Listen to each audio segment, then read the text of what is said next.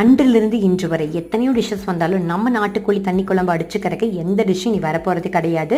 உங்களுக்கு சமைக்கவே தெரியாது, கறி குழம்பு வைக்கிறது ரொம்ப கஷ்டம் அப்படின்னு சொல்லி நினச்சிட்டு இருந்தீங்கன்னா மறக்காமல் இந்த வீடியோவை வந்து சேவ் பண்ணிக்கோங்க.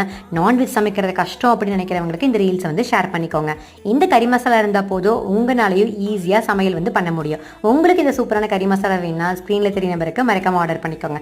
இப்போ எப்படி செய்யலான்னு பார்த்துடலாமா? ஒரு பாத்திரத்தில் எண்ணெய் ஊற்றி எண்ணெய் காஞ்சினியே சின்ன வெங்காயம், இஞ்சி பூண்டு, ஒரு கொத்து கருவேப்பிலை இதெல்லாம் போட்டு நல்லா வணங்கினதுக்கு அப்புறம் ஒரு மூடி தேங்காய், நம்மளோட கறி மசாலா, ஃபைனலாக ஒரு ஸ்பூன் மஞ்சத்தூள் இதெல்லாம் போட்டு ஆற வச்சு அரைச்சி பேஸ்ட்டாக எடுத்து வச்சுக்கோங்க. எகெயின் இன்னொரு பாத்திரத்தில் எண்ணெய் ஊற்றி கடுகு போட்டு கடுகு பொரிஞ்சு வந்தனே கறியை உள்ளே போட்டுக்கோங்க.